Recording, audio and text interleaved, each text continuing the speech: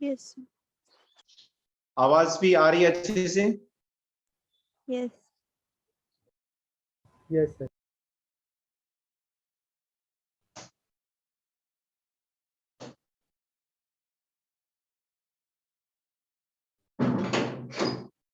तो last class के अंदर अपन ने कहां तक पढ़ा था ये बताना एक बार मेरे को।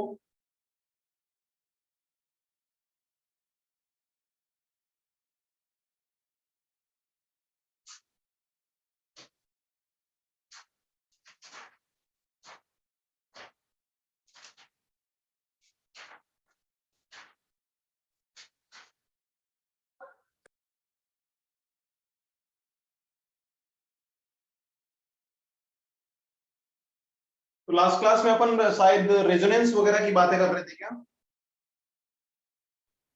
जी ठीक है।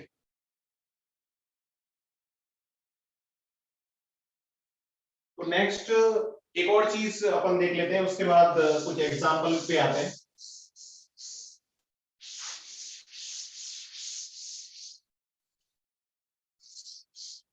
वो है अपने पास सोनोमीटर वायर, क्या होता है उसको देखते हैं। सोनोमीटर क्या होता है इसको समझते हैं। सोनोमीटर जो है वो सबसे इंपॉर्टेंट बात, एक फिक्स वायर होता है जिसको अपन जो है फंडामेंटल फ्रीक्वेंसी के अंदर या फर्स्ट हार्मोनिक के अंदर वाइब्रेट करवाते हैं। समझते हैं इसको, ये कैसे बनता है। जैसे ये अपने पास कोई फिक्स एंड है,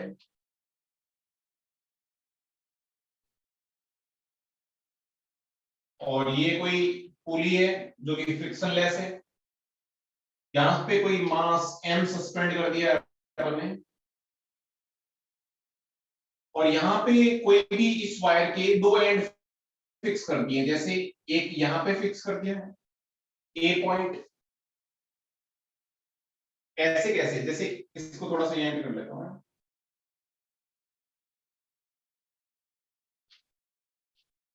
जैसे ये अपने पास, जैसे ये वायर है, इस वायर को अपने को फर्स्ट हार्मोनिक के अंदर वाइब्रेट करवाने के लिए किसी भी दो पॉइंट पे अपन ने इसको फिक्स कर दिया। मतलब जैसे एक क्लिप इसको यहां पे लगा दिया और एक क्लिप यहां पे लगा दिया।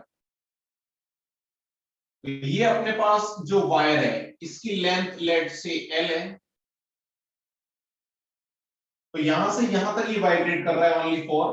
तो यहां पे दोनों एंड पे फिक्स कर दिया, यहां पे भी फिक्स है और यहां पे भी फिक्स है, इसलिए इसको फिक्स वायर बोलते हैं। अपन अरेंजमेंट इसी टाइप से करते हैं जिससे फिक्स वायर हो। और फर्स्ट हार्मोनिक का मतलब ये सिंगल लूप के अंदर या वन लूप के अंदर वाइब्रेट करता है। तो सोनोमीटर का मतलब सिंपल समझ में आना चाहिए, fix wire which vibrates in first harmonic। First harmonic का मतलब वन लूप के अंदर वाइब्रेट करता हो। हाँ बोलो, किसी को डाउट है क्या?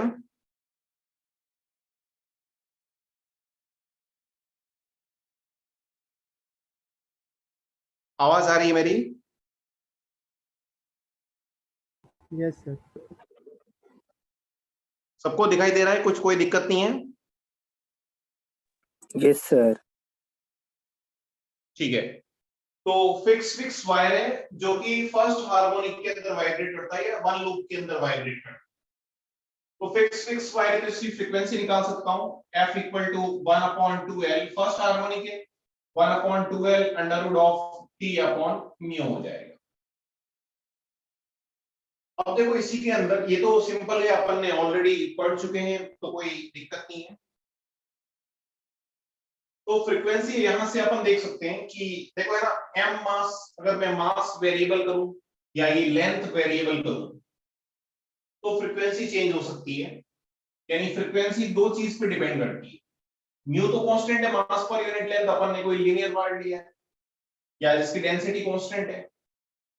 तो एफ नॉट जो इसकी फर्स्ट हार्मोनिक की फ्रीक्वेंसी, एक तो लेंथ के इनवर्सली प्रोपोर्शनल है एंड एक अंडर रूट टी के प्रोपोर्शनल है। तो मैं ऐसा बोल सकता हूं कि when tension is constant, when tension is constant,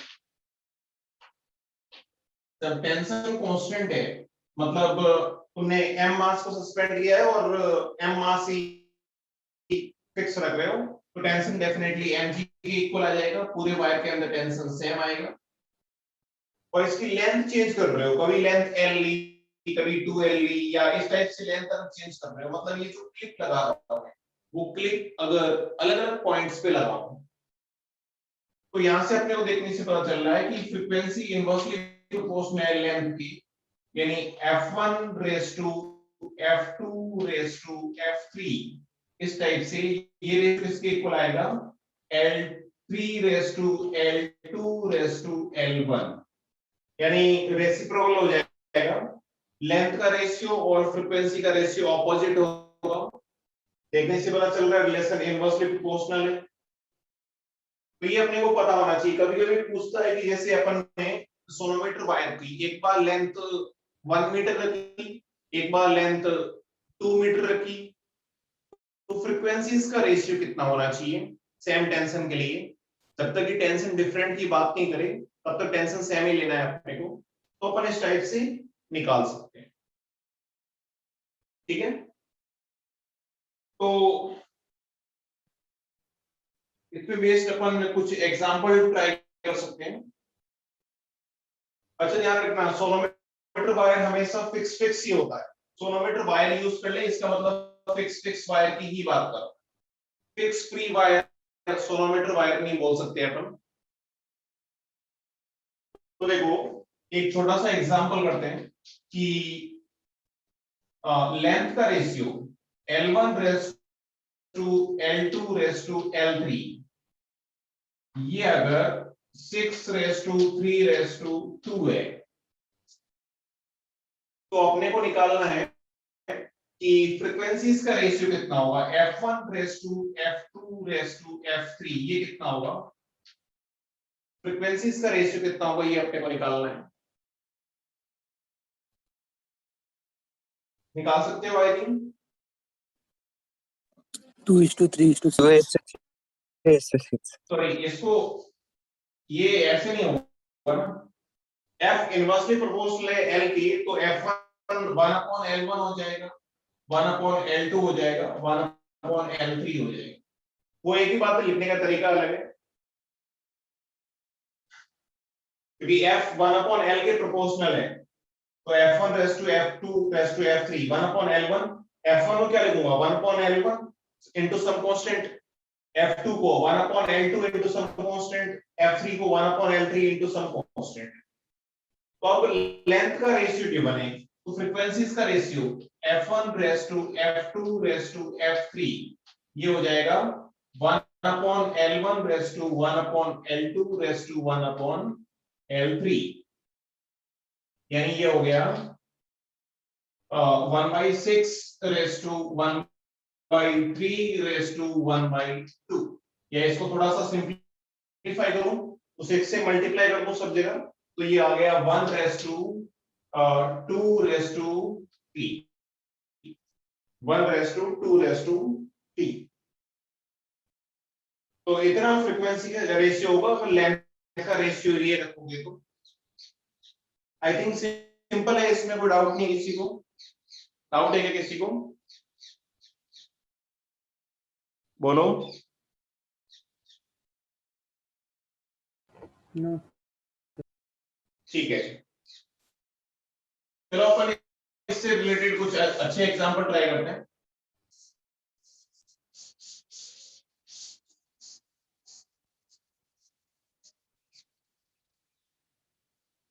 तो देखो एक एग्जांपल है,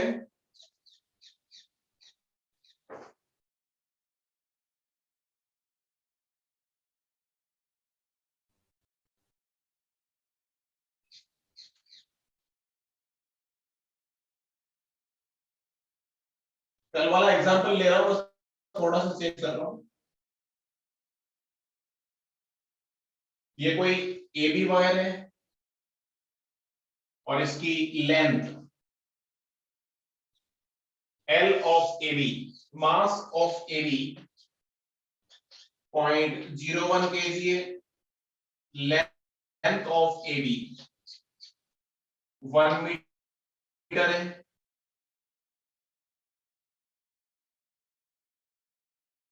और अपने को गिवन है कि A B wire is in resonance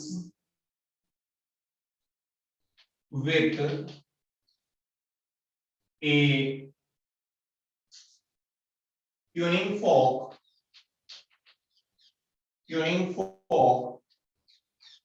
of frequency 200 hertz. AB wire जो है वो 200 हर्ट्ज वाले किसी ट्यूनिंग फोक के साथ रेजोनेंस में, और इसका मास जो है वो लेट से कि 10 kg है। मास जो है वो 10 kg है। तो अपने को निकालना है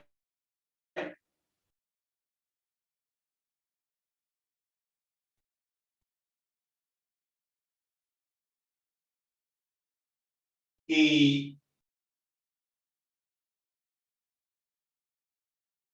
नंबर ऑफ लूप्स कितना होगा, कितने लूप्स के अंदर ये वाइब्रेट कर रहा है।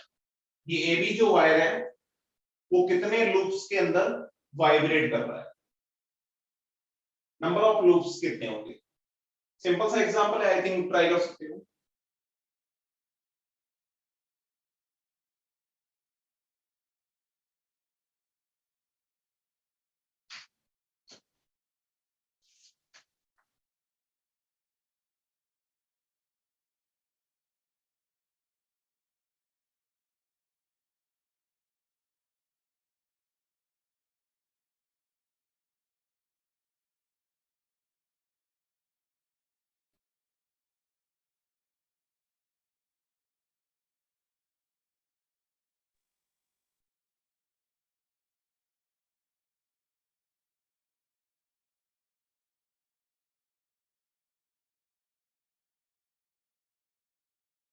बोलो, सब लोग ट्राई कर रहे हो ना। 4 लूप्स के अंदर समृद्धि ने बताया, वेरी गुड। बाकी लोग भी ट्राई कर लो। तो देखो सिंपल सा एग्जांपल है, आई थिंक सबसे हो जाना चाहिए। देखो कि अपने को पता है कि अगर ट्यूनिंग फोक के साथ रेजोनेंस में है तो डेफिनेटली इस वायर की वाइब्रेशन की फ्रीक्वेंसी और इस ट्यूनिंग फोक की फ्रीक्वेंसी आपस में मैच करनी चाहिए। यानी फ्रीक्वेंसी जो है इस वायर की वो 200 हर्ट्ज के इक्वल आनी चाहिए। और फ्रीक्वेंसी अपने को नहीं पता कितने लूप के अंदर वाइब्रेट कर रहा है, ये फिक्स वायर है। तो n/2l into under root of t upon mu हो जाएगा। सबकी वैल्यू पुट कर लेता हूं मैं। 200 इक्वल टू n अपने को निकालना है, फिक्स वायर के अंदर n जो है नंबर ऑफ लूप्स होता है। 2 इंटू l की वैल्यू 1 है, अंडर रूट ऑफ t कितना होगा बताओ। 10 kg का वायर है तो टेंशन जो है वो 100 न्यूटन हो जाएगा अपॉन म्यू कितना होगा 0.01, मतलब 10⁻⁻² हो जाएगा। तो 100 10⁻⁻² यानी 10⁴ हो गया, यानी ये 100 हो गया। 100/2 50 हो गया, 50 और इधर 200 यानी n की वैल्यू 4 आ गई। यानी जब ये 4 लूप के अंदर वाइब्रेट कर रहा है तब इसकी फ्रीक्वेंसी 2 है। तो अगर इसी क्वेश्चन के अंदर अब ये फिक्स वायर है तो क्या इसकी मैं फंडामेंटल फ्रीक्वेंसी भी निकाल सकता हूं। फंडामेंटल फ्रीक्वेंसी या फर्स्ट हार्मोनिक की फ्रीक्वेंसी क्या होगी। अपने को पता है कि फंडामेंटल ये अगर 4 लूप्स के अंदर वाइब्रेट कर रहा है यानी ये 4th हार्मोनिक की फ्रीक्वेंसी है, और ये फिक्स वायर के अंदर फंडामेंटली 4 टाइम्स होती है। तो ये अगर 200 है तो फंडामेंटल फ्रीक्वेंसी 50 हर्ट्ज होनी चाहिए। तो अगर ये 1 लूप के अंदर वाइब्रेट करेगा तो इसकी फ्रीक्वेंसी 50 हर्ट्ज आएगी। बताओ इस क्वेश्चन के अंदर किसी को कोई डाउट?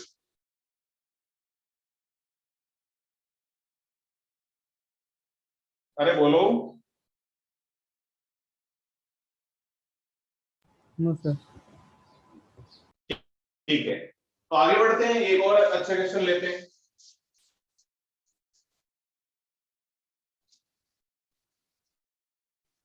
इस बार थोड़ा बहुत मैकेनिक्स का भी यूज है।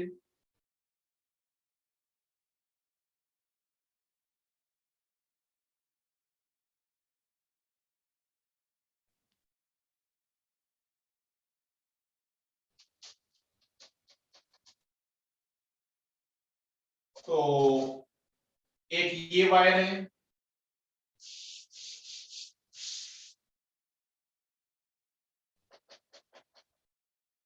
ये एक वायर है और ये दूसरा वायर है, और इन दोनों वायर से एक रॉड को अपन ने सस्पेंड कर दिया है। ये कोई रॉड है अपने पास,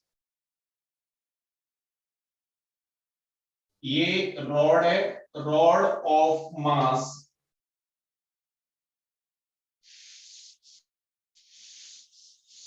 1.2 kg, और इसके बीच में यहां पे मैंने एक मास सस्पेंड किया है, m की वैल्यू 4.8 kg है, और फिर मैंने क्या किया है, ढंग से समझना एग्जांपल को। एक रॉड है, सॉलिड रॉड है,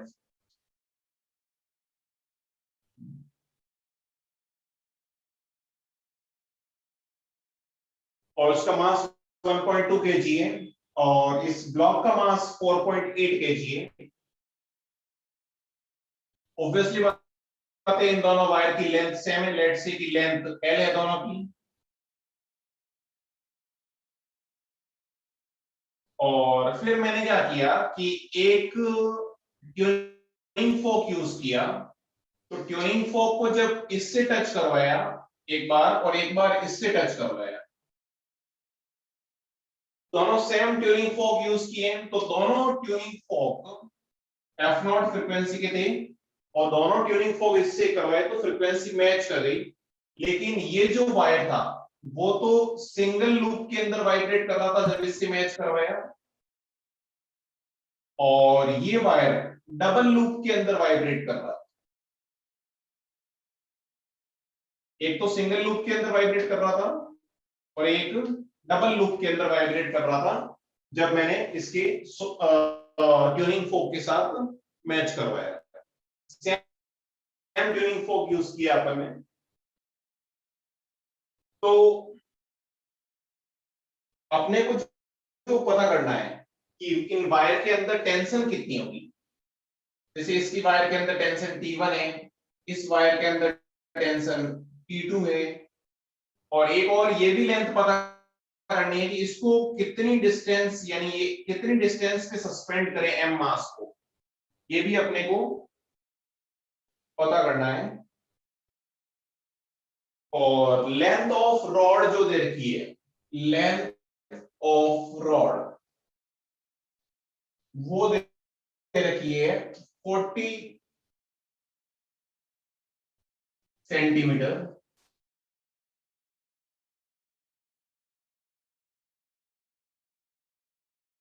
तो ऐसा कुछ क्वेश्चन है, क्वेश्चन समझ में आ रहा है क्या, या लैंग्वेज लिखने की जरूरत है?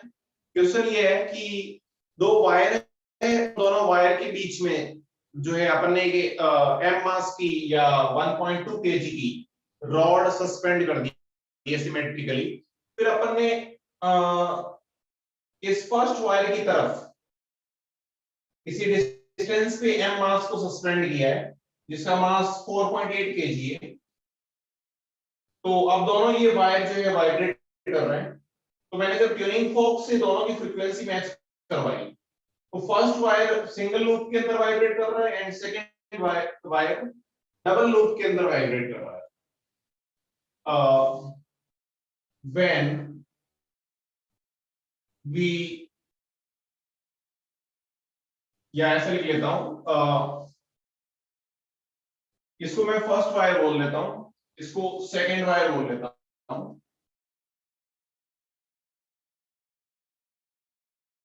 When we match frequency of both wires with tuning fork,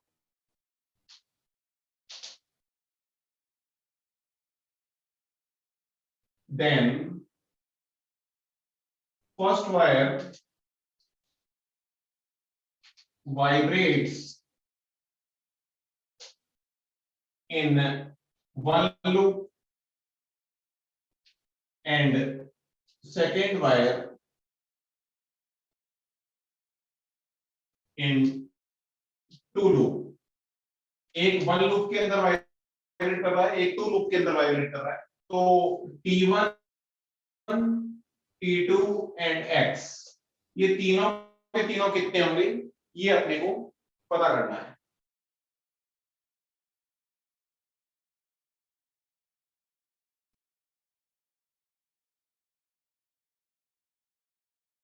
तो फटाफट सॉल्व करके बताओ, सब लोग ट्राई कर सकते हो आई थिंक।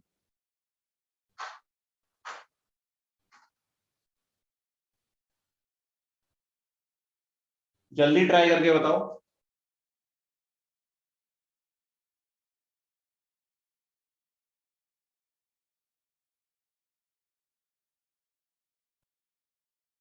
जैसा कि मैंने बताया लेंथ दोनों की वायर की सेम है और म्यू भी दोनों का सेम है, सेम टाइप का वायर यूज किया है अपन ने। तो फटाफट सॉल्व करके बता दो। सब लोगों को क्वेश्चन क्लियर है क्या?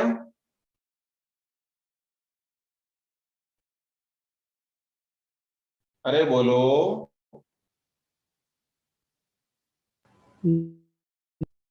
ठीक है, तो देखो तो ऐसे क्वेश्चन कैसे ट्राई करना है, सिंपल यहाँ पे देखो है ना, तीन अननोन है, थ्री अननोन से तो थ्री इक्वेशंस की रिक्वायरमेंट होगी। तो एक इक्वेशन तो अपने स्ट्रिंग वेव से आएगी, यहाँ के कॉन्सेप्ट से आएगी, जो कि अपन ने अपने को बोला गया है कि दोनों के केस में सेम ट्यूनिंग फोर्क यूज किया है वन लूप और टू लूप के लिए, यानी डेफिनेटली इसकी जो फ्रीक्वेंसी आएगी, फर्स्ट की फ्रीक्वेंसी कितनी आएगी, इसकी अगर मैं बात करूं तो वन लूप के अंदर वाइब्रेट कर रहा है तो 1/2L under root of T1 upon mu हो जाएगी। इसकी फ्रीक्वेंसी कितनी होगी, ये टू लूप के अंदर वाइब्रेट कर रहा है, फिक्स वायर है, तो 2/2L into under root of T2 upon mu हो जाएगी। अब बोला गया है कि सेम ट्यूनिंग फोर्क से इनकी फ्रीक्वेंसी मैच करवाइए, मतलब ये दोनों फ्रीक्वेंसी सेम होनी चाहिए। सेम होने के लिए टेंशन के अंदर रिलेशन निकाल सकता हूं मैं, तो 1/2L into T1 upon mu should be equal to 2/2L under root of T2 upon mu। तो यहां से अपने पास 2L से 2L कैंसिल हो गया, म्यू से म्यू कैंसिल हो गया, T1 equal to 4 into T2 आ गया। फर्स्ट इक्वेशन अपने पास ये आ गई। अब सेकेंड और थर्ड इक्वेशन देखने से पता चल रहा है मैकेनिक्स से आएगी, तो एक बार तो मैं फोर्स बैलेंस कर सकता हूं और एक बार टॉर्क बैलेंस कर सकता हूं। क्या सबको समझ में आ रहा है ये? T1, T2 और X निकालने के लिए एक बार तो मैं फोर्स बैलेंस कर सकता हूं, एक बार टॉर्क बैलेंस कर सकता हूं। तो मैं सबसे पहले फोर्स, यहां पे टेंशन T1 लग रहा है, यहां पे टेंशन T2 लग रहा है, उसके बाद अपने पास रॉड का मास भी है, तो रॉड के सेंटर ऑफ मास यहाँ पे सेंटर में होगा, इस रॉड का mg भी लगेगा और रॉड का मास कितना है 1.2 kg, तो 1.2 into g, ये इस पे mg लगेगा, इस मास का भी mg लगेगा यानी 4.8 into g, ये भी लगेगा। तो ये चार टाइप के फोर्सेस यहाँ पे लगेंगे। टोटल लेंथ अगर 40 सेंटीमीटर है, ये x है, तो ये लेंथ जो है वो 40 माइनस एक्स हो जाएगी।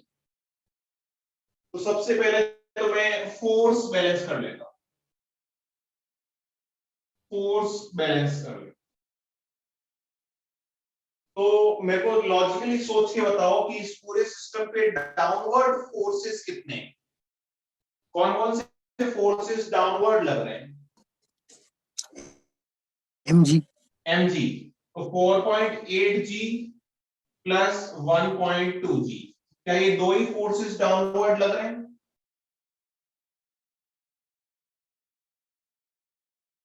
और अपवर्ड कौन कौन से लग रहे हैं बताओ? टेंशन टेंशन T1 और T2। तो ये अपने पास आ गई सेकेंड इक्वेशन कि T1 plus T2 must be equal to 1.2 g plus 4.8 g।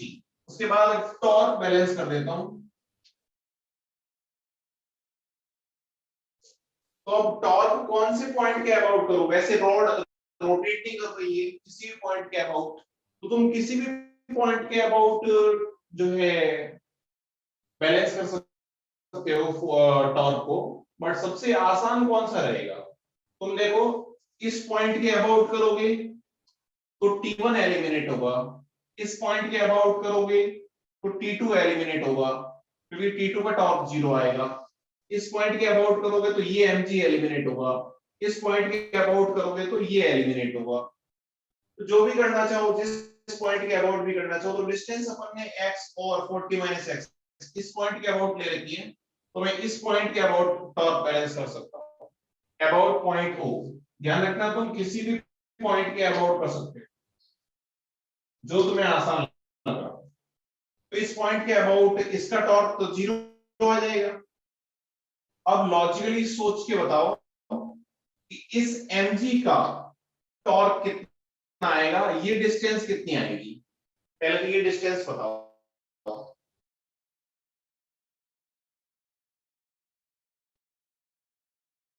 देखो, सेंटर ऑफ मास की ये डिस्टेंस कितनी है? 20 है, 20 minus x उसमें से x चली गई तो ये 20 माइनस x हो जाएगी क्योंकि सेंटर ऑफ मास बीच में है।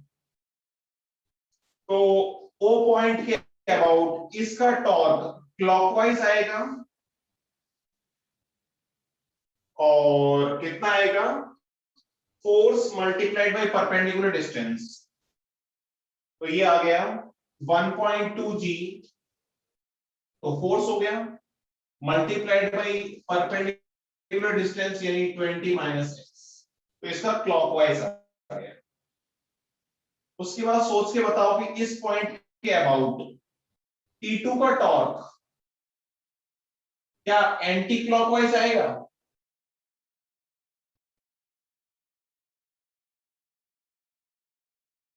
और T1 का टॉर्क इस पॉइंट के अबाउट क्या क्लॉकवाइज आएगा?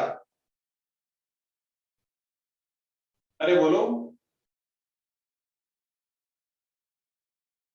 तो मैं clockwise torque equal to anti clockwise torque कर देता हूं। तो क्लॉकवाइज टॉर्क एक तो ये आएगा इस पॉइंट के अबाउट, ये भी क्लॉकवाइज आएगा, ये भी क्लॉकवाइज आएगा, तो ये कितना आ जाएगा? T1 into x plus T1 into x should be equal to T2 वाला एंटी क्लॉकवाइज आएगा, ये T2 इंटू 40 माइनस एक्स हो जाएगा, T2 इंटू 40 माइनस एक्स हो जाएगा। तो ये क्लॉकवाइज और एंटी क्लॉकवाइज ये सारे के सारे जो टॉर्क थे वो बैलेंस कर दिया अपन ने। नेट टॉर्क 0 आना चाहिए क्योंकि रोड रोटेट नहीं कर रही है। ये टॉर्क कौन से लेके अपन ने? क्लॉकवाइज वाले, ये एंटी क्लॉकवाइज। तो ये थर्ड इक्वेशन आ गई। तो अब ये तुम्हारा होमवर्क रहेगा, तुम अपने आप सॉल्व कर लेना कि T1 T2 और x के अंदर 3 इक्वेशंस अपन ने निकाल रखी है, तो क्या T1 T2 और x तीनों सॉल्व हो जाएंगे क्या?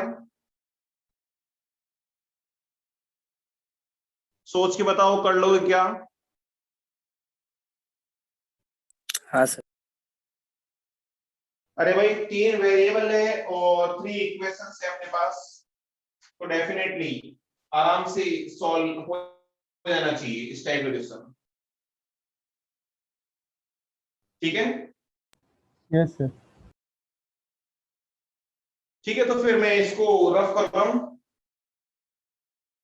किसी को डाउट हो तो बता दो।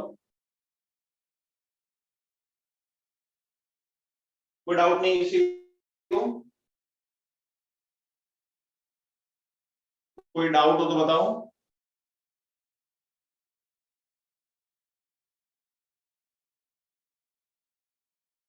कोई डाउट? ठीक है, चलो तो इसको रफ करता हूं।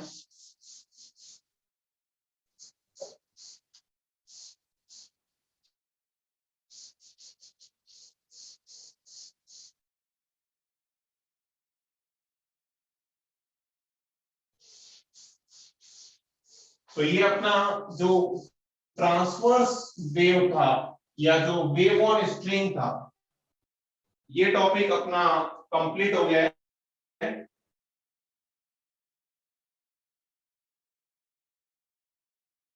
नेक्स्ट अपन जो है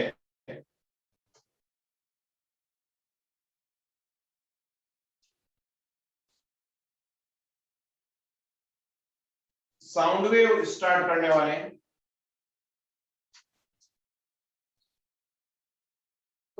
तो नेक्स्ट एडिंग डाल दो साउंड वेव।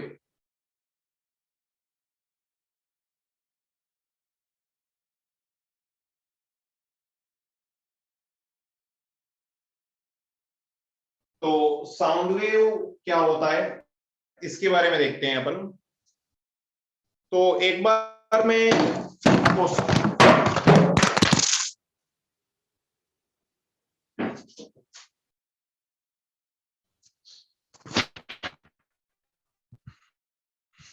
सॉरी थोड़ा सा डिस्टरबेंस हो गया। तो मैं तुम्हें 2 मिनट का टाइम देता हूं, उसमें फटाफट पूरे चैप्टर के अंदर साउंड वेव जो अपना चैप्टर है, सॉरी स्ट्रिंग वेव, उसके अंदर अगर किसी को कोई डाउट है तो वो डिस्कस कर सकते हो तुम। स्ट्रिंग वेव के अंदर किसी भी टाइप का कोई डाउट है तो वो बता दो।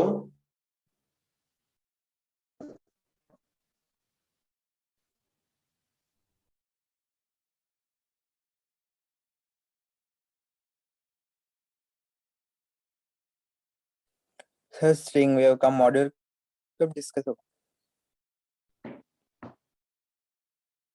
मॉड्यूल जब तुम बोलो तब डिस्कस कर लेंगे अपन। अपने नेक्स्ट वीक में अपन डीसी लगाएंगे, तब आई थिंक क्लियर हो जाएगा। फटाफट सॉल्व कर लो बस तुम तो, उसके बाद अपन जल्दी से कर लेंगे। जितना जल्दी हो सकता है उतना जल्दी करेंगे।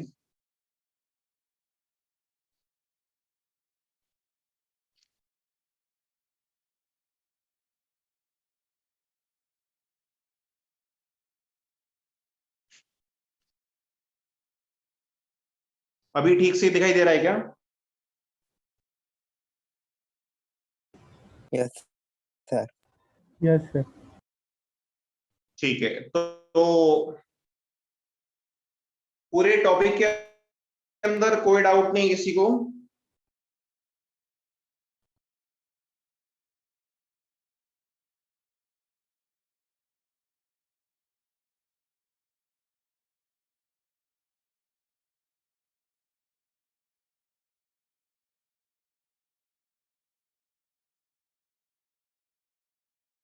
हेलो?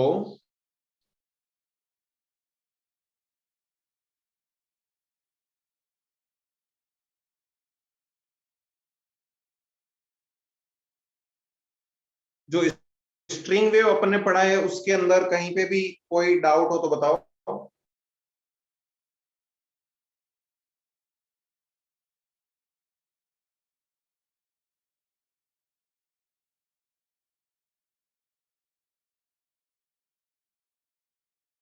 कोई डाउट नहीं, राइट?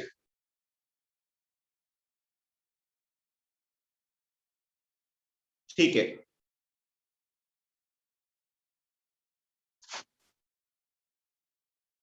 तो मैं स्टार्ट करता हूं।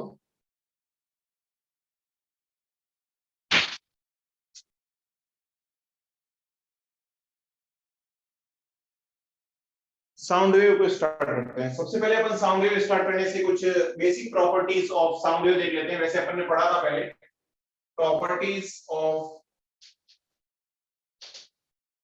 Sound wave.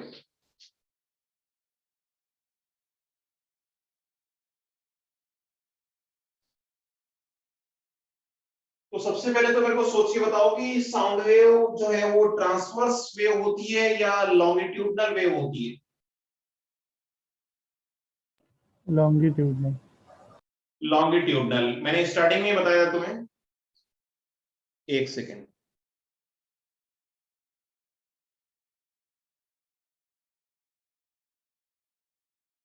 ठीक है, हाँ। तो साउंड वेव जो फर्स्ट जो है, साउंड वेव इज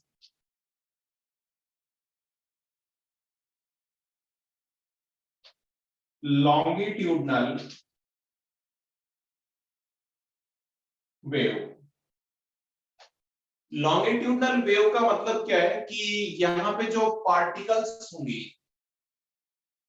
जैसे अपन ने स्ट्रिंग वेव के अंदर पढ़ा था, स्ट्रिंग वेव ट्रांसवर्स वेव होती थी, तो जैसे जैसे वेव आगे जाती थी वैसे वैसे पार्टिकल ट्रांसवर्स यानी उसके परपेंडिकुलर डायरेक्शन के अंदर वाइब्रेट करते थे। लेकिन यहां पे ऐसा नहीं होगा।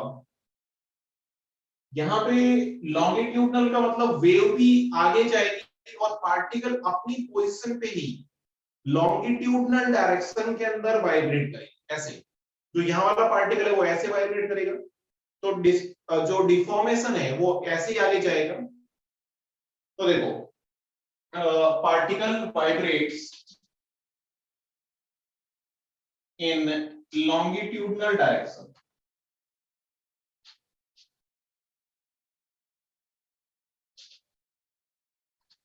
जैसे वेव अगर आगे की तरफ जा रही है तो पार्टिकल भी, जैसे यहाँ वाला पार्टिकल ऐसे वाइब्रेट करेगा, यहाँ वाला पार्टिकल ऐसे वाइब्रेट करेगा, यहाँ वाला पार्टिकल ऐसे वाइब्रेट करेगा, तो ऐसे इसकी डायरेक्शन के अंदर ही वाइब्रेट करेगी।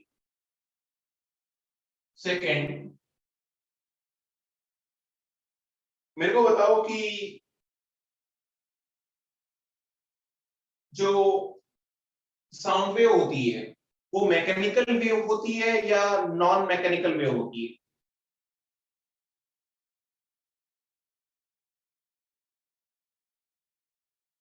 बताओ।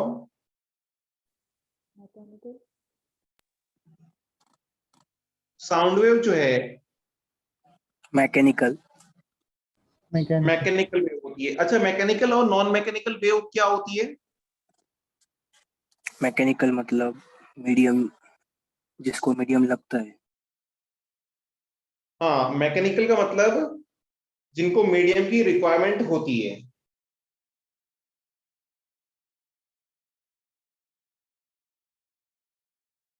और जिनको मीडियम की रिक्वायरमेंट नहीं होती है उनको नॉन मैकेनिकल वेव बोलते हैं। तो साउंड वेव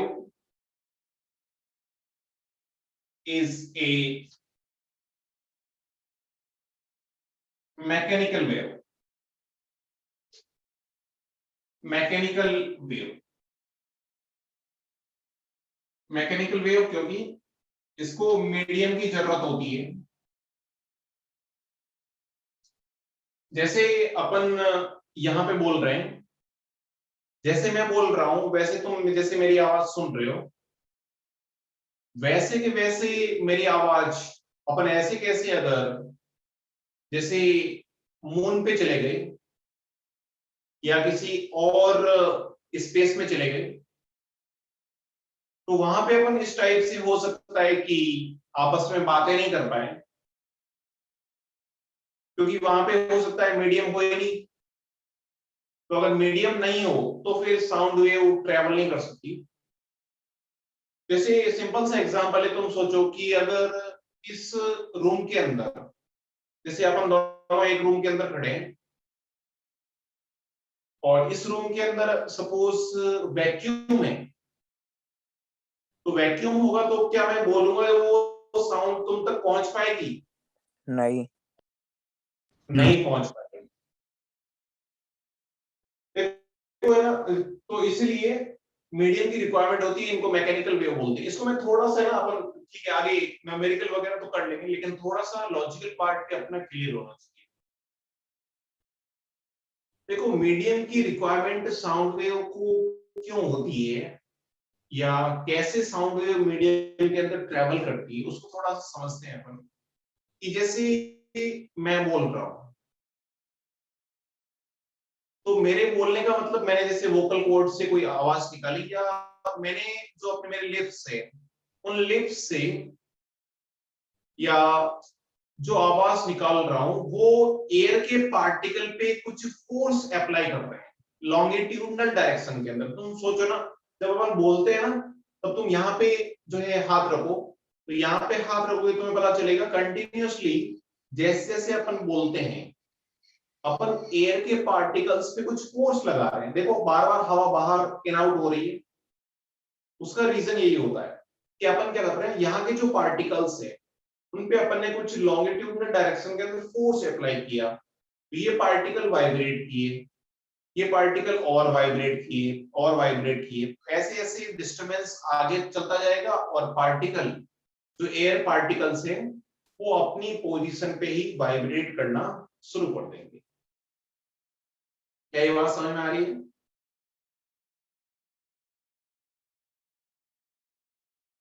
ठीक है ना? Yes sir.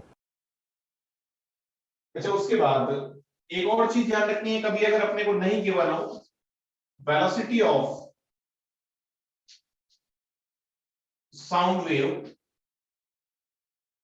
velocity of sound wave in air, अगर एयर मीडियम ले लें और 0 डिग्री सेंटीग्रेड ले लें, 0 डिग्री सेंटीग्रेड का मतलब 273 केल्विन, इस टेम्परेचर पे 0 डिग्री सेंटीग्रेड पे जो वेलोसिटी होती है कितनी आती है, किसी को पता है क्या?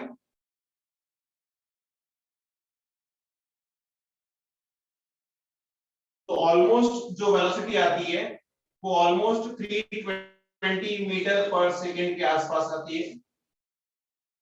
तो ये भी अपने को ध्यान रखना है, कभी कभी क्वेश्चन के अंदर गिवन नहीं होता है तो अपन डायरेक्टली यूज कर सकते हैं कि साउंड की वेलोसिटी 320 मीटर पर सेकंड होती है अगर अपन एयर मीडियम यूज करें। ठीक है, उसके बाद फोर्थ प्रॉपर्टी, फोर्थ है frequency of sound, frequency of sound audible to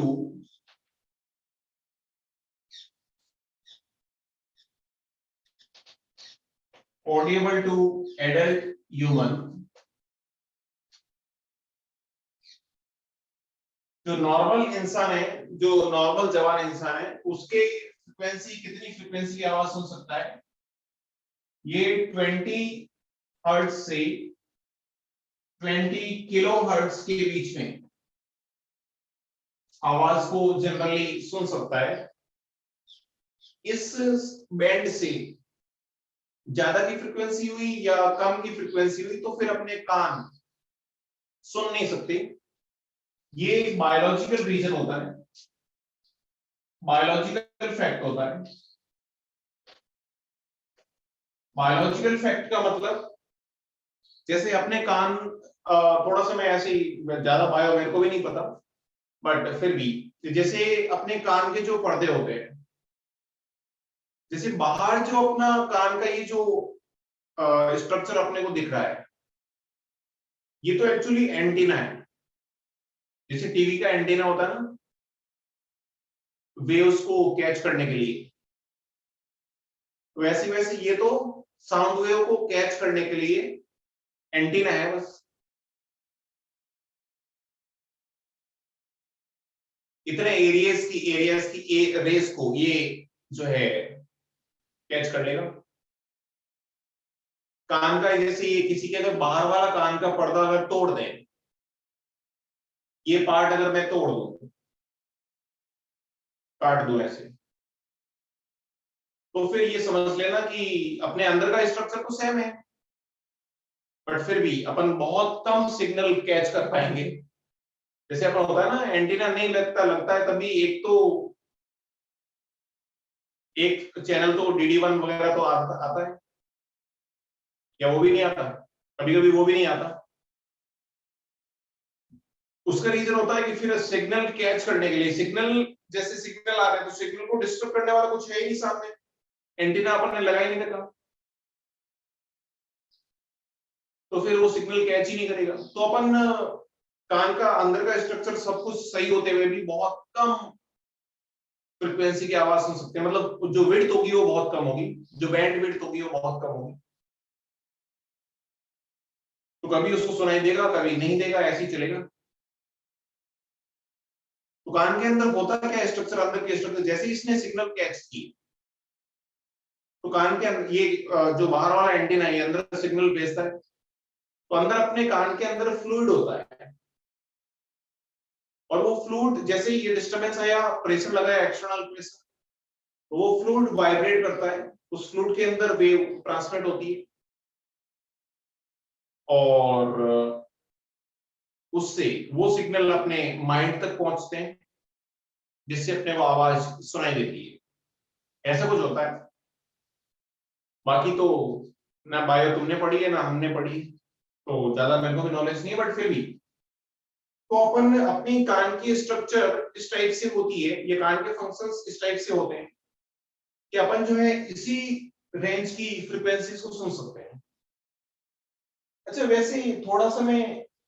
वैसे अपन इस लेक्चर के लास्ट में ये कम्युनिकेशन वगैरह की चीजें पढ़ेंगे, और 12th के अंदर तुम्हारे एक फिर इसके अंदर टॉपिक भी है कम्युनिकेशन चैप्टर नाम से, सबसे लास्ट में बोर्ड के लिए ये वो थ्योरेटिकल टॉपिक है। उसके अंदर तुम इन सारी चीजों को और डिटेल में पढ़ोगे, लेकिन जैसे अपन बार बार फ्रीक्वेंसी वर्ड यूज कर रहे हैं, फ्रीक्वेंसी अपन ने बहुत बार सॉल्व भी कर ली, लेकिन फ्रीक्वेंसी का प्रैक्टिकल मीनिंग क्या होता है? जैसे कोई दो आदमी बोल रहे हैं, तो क्या तुम पता कर सकते हो कि किसकी फ्रीक्वेंसी ज्यादा है या किसकी फ्रीक्वेंसी कम है? बोलो।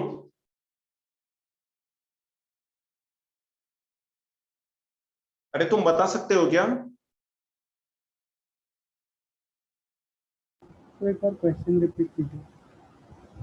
क्वेश्चन ये है अपना कि तुम बता सकते हो, जैसे 2 पर्सन है, एक ही रूम के अंदर अलग अलग साउंड निकाल रहे हैं, तो क्या तुम बता सकते हो कि फ्रीक्वेंसी किसकी कम है और किसकी ज्यादा है? क्या चीज देख के तुम बताओगे कि फ्रीक्वेंसी कम है और फ्रीक्वेंसी ज्यादा है?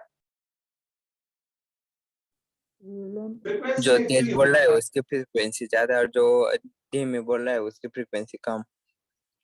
कैसे? एक सेकंड वापस से रिपीट करना, कैसे बोल रहे हो? जो तेज बोल रहा है उसकी फ्रीक्वेंसी ज्यादा और जो धीमे बोल रहा है उसकी फ्रीक्वेंसी कम।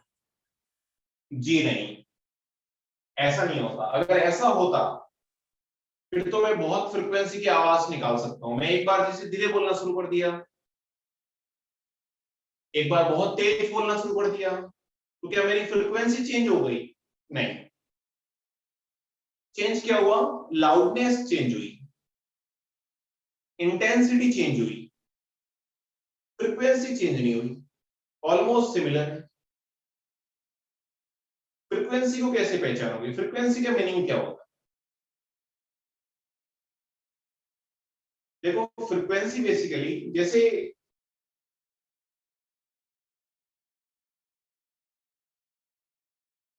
एक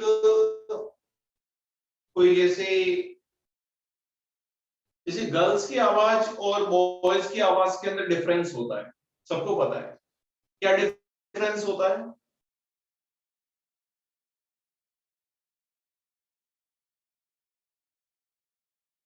शार्पनेस का डिफरेंस होता है। लड़की की आवाज बहुत शार्प होती है, बहुत तीखी होती है, कान को चुभने वाली होती है, लेकिन आदमी की आवाज जो है थोड़ी सी मोटी होती है।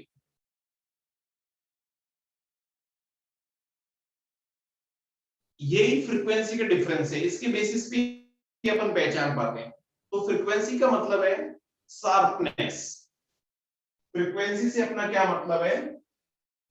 एग्जैक्टली शार्पनेस नहीं होता, बट अपन शार्पनेस से पहचान सकते हैं। फ्रीक्वेंसी का मतलब है शार्पनेस ऑफ साउंड। तो गर्ल्स की आवाज की फ्रीक्वेंसी, फ्रीक्वेंसी ऑफ गर्ल्स ज्यादा होती है फ्रीक्वेंसी ऑफ बॉयज से, क्योंकि वो थोड़ी तीखी आवाज निकाल सकते हैं। भगवान ने इसी टाइप से बनाया है। जैसे ट्रेन के अंदर जैसे एक लड़की चिल्ला रही है और एक बूढ़ा चिल्ला रहा है, तो लड़की की आवाज को अपन तुरंत कैच कर लेते हैं, लेकिन बूढ़े की आवाज, बूढ़े की तरफ कोई ध्यान नहीं देता है। उसका रीजन यही होता है कि वो ज्यादा फ्रिक्वेंसी की आवाज निकाल रही है, तो अपनी जो रेंज है उसके अंदर इजीली आ जाती है। ठीक है। अच्छा, ये ह्यूमंस के लिए अपन ने रेंज लिखी है, सबके लिए रेंज ऐसा नहीं कि यही होती है। जैसे डॉग्स जो होते हैं, जो कुत्ते होते हैं, वो इससे भी कम फ्रीक्वेंसी की आवाज सुन सकते हैं। इसीलिए तुमने देखा होगा कि जैसे कोई भी डॉग है, वो स्लीप मोड में है, थोड़ा सा भी अगर डिस्टरबेंस करते हैं अपन, वो तुरंत जग जाता है, क्योंकि वो बहुत कम फ्रीक्वेंसी की आवाज भी सुन सकता है। ऐसे कैसे बच्चों के साथ भी होता है। जैसे जैसे तुम बड़े होते जाते हो, वैसे वैसे तुम्हारी रेंज, लोएस्ट रेंज कम होती जाती है। इसका एक आसान सा तुम्हें मैं प्रैक्टिकल बताता हूँ। तुम यूट्यूब पे बहुत सारी वीडियोस मिल जाएंगी तुम्हें, जिसमें फ्रीक्वेंसी कम से ज्यादा हो रही हो। तो कभी स्टार्टिंग में ऐसा होगा, कुछ फ्रीक्वेंसी तक अपने को आवाज सुनाई नहीं देगी, फिर अपने को आवाज सुनाई देगी, फिर उससे ज्यादा फ्रीक्वेंसी की हो जाएगी, तो फिर वापस सुनाई नहीं देगी। लेकिन बच्चे, मैंने ऐसा प्रैक्टिकली कर रखा है कि छोटे बच्चे और अपन दोनों अगर साथ में सुनना शुरू करें लोएस्ट फ्रीक्वेंसी से आवाज, तो कुछ साउंड ऐसी थी जो मेरे को सुनाई नहीं दे रही थी, बट उसने सुन ली थी। मतलब वो मेरे से पहले सुनने लग गया। मतलब मैं जो है, वो हो सकता है वो इससे कम फ्रीक्वेंसी की साउंड हो, तो वो उसको तो सुनाई दे रही है, बट मेरे को सुनाई नहीं दे रही। तो बच्चों के साथ भी ऐसा होता है कि वो अपने से कम फ्रीक्वेंसी की आवाज सुन लेते हैं। और जानवर तो जनरली, कुछ कुछ जानवर तो ऐसे होते हैं जो अपने से बहुत ज्यादा फ्रीक्वेंसी की आवाज सुन सकते हैं। जो बैट वगैरह होते हैं, चमगादड़ वगैरह होते हैं, वो तो वो अपने से 2-3 टाइम्स फ्रीक्वेंसी की आवाज सुन सकते हैं। तो इसीलिए तुमने सुना होगा कि जैसे अपने घर के अंदर जनरली, अब तो नहीं होते हैं, बट पुराने घर कहीं पे होते हैं, तो वहां पे चमगादड़ वगैरह, ये बैट्स वगैरह मिल जाते हैं। तो वो क्या है कि बहुत दूर की आवाज भी पहचान लेते हैं, जबकि अपन नहीं सुन पाते। तो ऐसा होता है। अब जैसा भगवान ने बनाया है उसी के अकॉर्डिंग ये सब चलता रहता है। ठीक है। तो ये बेसिक प्रॉपर्टीज अपन ने देख ली। फ्रीक्वेंसी का मतलब शार्पनेस से होता है। जैसे कोई लड़की बोल रही है तो उसकी फ्रीक्वेंसी ज्यादा होगी, सेम लाउडनेस के साथ। अगर एक लड़का और एक लड़की बोल रही है, तो लड़की की आवाज ज्यादा फ्रीक्वेंसी की होगी, लड़के की आवाज कम फ्रीक्वेंसी की होगी। ऐसा होता है। ठीक है। तो ये कुछ बेसिक पॉइंट्स अपन ने देखे। इन पॉइंट्स में किसी को कोई डाउट्स हो तो बताओ।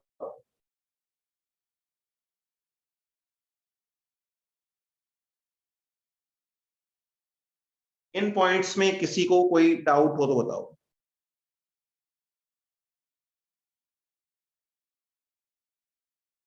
कोई डाउट है क्या? No sir. ठीक है। तो ये तो टाइप काइंड ऑफ इंट्रोडक्शन हो गया अपना साउंड वेव। अभी जो अगला टॉपिक है वो अपन टॉपिक प्रेशर एक्सिस वगैरह के बारे में पढ़ेंगे, तो वो अपन नेक्स्ट क्लास में स्टार्ट करते हैं। तो आज ही क्लास के अंदर कोई डाउट किसी को? No sir. ठीक है, तो तुम आज का तुम्हारा होमवर्क ये रहेगा, कल जैसे संडे है तो स्ट्रिंग वेव का जितना भी पार्ट बचा हुआ है या जिसने सॉल्व करना स्टार्ट नहीं किया है वो फटाफट से पूरी सीट लगा लो, जल्दी से अपन डिस्कस कर लेंगे। फटाफट सब लोग सारा मॉड्यूल डिस्कस कर लो, सॉल्व कर लो सॉरी, उसके बाद अपन जल्दी डिस्कस कर लेंगे। ठीक है, तो मैं क्लास को एंड करता हूँ फिर।